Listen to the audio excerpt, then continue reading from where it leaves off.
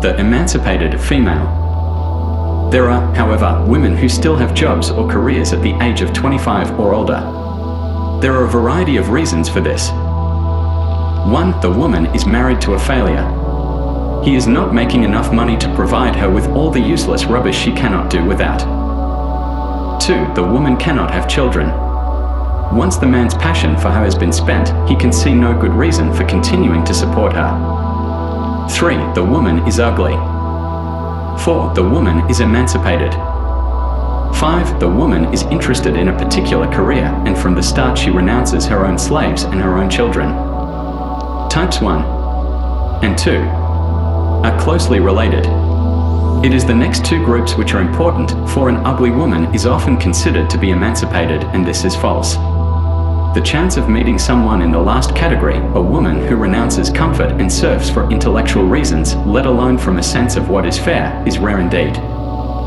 Let us consider the ugly woman. A woman is ugly when she is unattractive to men.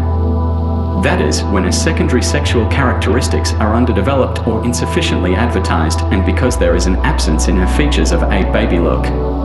A woman of this type works for the same reason as a man, because there is no one else to do it for her. Yet whereas man keeps a wife and children with his income, she works for herself alone. She would never use the money she earns to finance the life of a beautiful young man. This type of woman is frequently quite intelligent. True, at the beginning she will have permitted her intellectual capacities to become atrophied because she, like all other women, has been following her mother's example, and because she, too, will want to acquire a working slave. But as she gets older, she sees her chances dwindle, and one day she finds herself faced with the fact that there is nothing else for her to do but remember and resurrect the last remnants of what was once her mind, and make the best of it. Some women in this group achieve a very real success. They frequently obtain high honors simply because they are unusual, a rare species, these intellectual women, and they are often journalists, authors, politicians, doctors, or lawyers. What is more, they render a great service to the exploiters in the suburban ranch houses. Look at that, these women say. We could do as well, but we renounced it all for you. The man, put off by these few examples of intelligent womanhood, is only too glad to cling to his imbecile, who will tell him that those intellectual bluestockings are ugly, bitter, lacking in charm, in some unwomanly. And his preference for the lobotomized creature lying in his bed will increase 1,000-fold. After all, if necessary, if he becomes really desperate, he can always find a man to talk to. Not even an ugly woman, despite her success, ever wants to give up her special feminine status entirely. She seems to take it for granted that the world should admire her as a kind of eighth wonder of the world, a woman who has actually achieved personal success. She will emphasize her femininity in every possible way until it becomes almost obscene. She will appear on television and give interviews to the press whenever possible, her flabby bosom hanging over her large desk, complaining how hard it is for her, as a woman, to maintain her status in a man's world. Be that as it may, she is, compared to the usual female exploiter, comparatively respectable and honest. The fact that this honesty has been forced upon her, and you only have to look at her face to realize why she is so successful, is another matter entirely. There is no virtue in ugliness. Things become rather more complicated when one comes to consider the case of the so-called emancipated woman. The first three categories of women can easily be tempted away from their work by bribery, and this includes the ugly woman, before she has become successful. An emancipated woman, however, never works for money. She must by definition have been attractive even as a young girl, and therefore have had slaves with good incomes at hand. Therefore, it is only the beautiful woman who can become emancipated. An ugly woman, like a man, is never in this position. No one has ever attempted to corrupt her. Since she, again like men, has nothing to emancipate herself from, she has no choice but to work. The emancipated woman has all the accessories of the average housewife, a comfortable apartment, the necessary status symbols of her coterie, and children, seldom more than one or two, though. The difference lies in the fact that her sphere of entertainment is not limited to the home or the masquerades given by her own sex. She entertains herself best by undertaking some inferior form of drudgery where she is surrounded by a fairly large audience. We find her wandering airily along the corridors of publishing houses and newspaper offices. We meet her in the anterooms of film producers, television executives, and theatrical managers. She is a production assistant or an interpreter. She will be found behind the counter of a travel agency, in a jeweler's, an antique dealer's, or a boutique. In fact, anywhere she can meet rich and interesting people. And her money? That is spent almost entirely on her elaborate masks, which keep her with it and up to date at her place of work.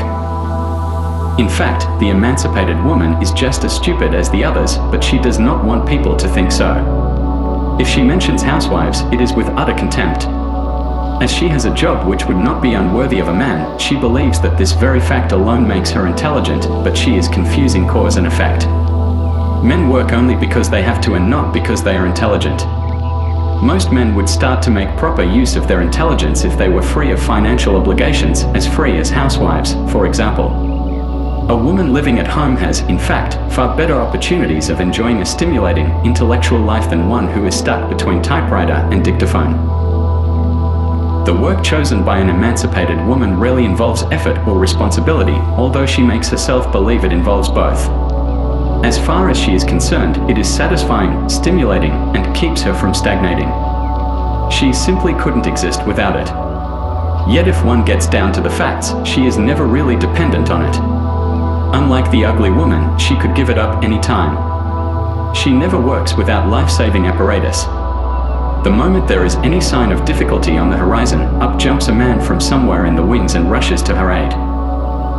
This type of woman finds it unfair that she does not get on as fast as a man, but on the other hand she never allows herself to become part of the murderous rat race.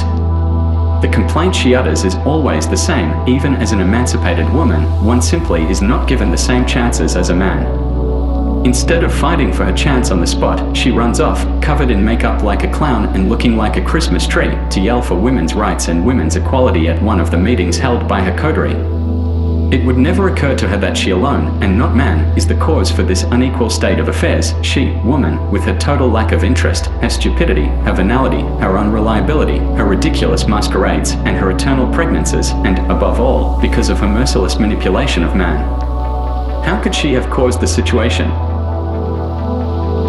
On the other hand, men may well think that the husbands of emancipated women are lucky. They do not have to bear the financial responsibilities alone. The contrary is the case. The husbands of so-called emancipated women are usually extremely unhappy. After all, they have had the same basic training as other men, and so they are always trying to keep one step ahead of their wives. A translator's husband will be a writer, a shorthand typist's a departmental manager, a pottery maker's a sculptor, a feature writer's an editor. Therefore, an emancipated woman is far from being a help to her man. She exploits him even more than the others. The higher she rises, the more relentlessly she drives him. Such women, either by chance or because they are attractive enough to be protected by some man, often rise to really important positions. If his position is comparatively low, every time she gets an increase of salary, it will be a traumatic experience for him. Professional recognition of her will merely puts him in a panic. He lives in constant fear that one day she will overtake him. And, on top of it, he suffers agonies of jealousy about the strange men she meets every day. He feels superfluous and his whole existence seems pointless because she no longer seems to need him. The one true happiness of a slave, the only happiness left to manipulated man, is now denied him. A woman of this type does not even make her children happy. After all, she is only different from other women, not better. She is entertained more by her stupid office work than by her children. But she is not going to give up having them. A woman, she will say, has to experience motherhood, otherwise she will not be fulfilled. In fact, this woman has her cake and eats it too. She does not want to give up her stimulating mental work and is able to bundle her children off to nurseries or boarding schools or leave them in the care of one of those much despised housewives. She does not even do the housework. That is shared by her husband after office hours. While he waxes the floors, waters the plants, and polishes the silver, he is meant to carry on stimulating intellectual conversation with her. For the emancipated woman renounces neither the traditional rubbish of her clique, nor her work slave and children. In order to emphasize her claims to masculine prerogatives, her claim, that is, to the highly paid positions of men and not to the prerogatives of, say, soldiers, emancipated women from time to time organize so-called movements. Such campaigns give her an opportunity to draw the world's attention to her with a great deal of shouting and noise, to wear badges and dress up in the latest suffragette look, and to openly demonstrate her political views by putting lighted candles in her living room windows. In full view of the television public, women have pinched the bottoms of building site workers and perpetrated other absurdities. Woman frees herself from her imaginary chains at regular intervals, spiritual ones being unknown to her. She interprets them literally. At the turn of the century it was the corset that went. In the 70s the bra, and just to make sure that everyone knew about it, she got men to make see-through blouses. Perhaps in the next wave of emancipation it will be the uncomfortable long skirt which goes, the skirt they have just flirtatiously redoctored and made part of their props, despite general male disapproval. But their stupidity, their inanity, their ridiculous behavior, their mendacity and lack of feeling, and their tedious and abysmally stupid chatter are still there. Women have never taken any steps to get rid of those. No matter how much a woman is earning, she will never let a man take her place in the house, nor will she take on his responsibility for earning their livelihood or maintaining their social prestige. Even though it is quite possible, since she is much more thick-skinned and consequently will suffer less by doing work of deadly routine, that a job really does fulfill her and make her happy, she will never help him with her money. She will never open doors for him or light his cigarette. She will never take out any insurance policy in his favor or give him alimony should there be a divorce. That is not considered feminine. Neither would it occur to a man to expect such a settlement. He has been conditioned too well. The husband of the emancipated woman will simply give his wife a kiss, wipe the traces of face cream, powder, and lipstick from his face, and throw himself once again into the battle. What is love? Man has been manipulated by woman to the point where he cannot live without her and therefore will do anything she asks of him. He fights for his life and calls it love. There are even men who will threaten their idolized female with suicide unless she accepts him. Not that this is much of a risk for them, they have nothing to lose. Woman, nevertheless, is incapable of living without man. Like a queen bee, she cannot survive on her own. She, too, is fighting for her life, and she, too, calls it love. They each need one another, in fact, and it seems therefore that they share at least one sentiment. The cause, nature, and consequences of this sentiment, however, differ as much as do the sexes. To a woman love means power, to a man enslavement. Love provides woman with an excuse for financial exploitation, man with an emotionally charged excuse. For the sake of love, a woman will do things that are of advantage only to herself, while man does only those things that will harm him. When a woman marries, she gives up her career for the sake of love. When a man marries, he will have to work for two for the sake of love. For both sexes, love is a fight for survival. But the one survives only by being victorious, the other only by being defeated. It is a paradox that women can also make their greatest gains during moments of utter passivity, and that the word love endows them with a halo of selflessness, even at the moment of their most pitiless deception of man. As a result of love, man is able to hide his cowardly self-deception behind a smokescreen of sentiment. He is able to make himself believe that his senseless enslavement to woman and her hostages is more than an act of honor, it has a higher purpose. He is entirely happy in his role as a slave and has arrived at the goal he has so long desired. Since woman gains nothing but one advantage after another from the situation as it stands today, things will never change. The system forces her to be corrupt, but no one is going to worry about that. Since one can expect nothing from a woman but love, it will remain the currency for any need she might have.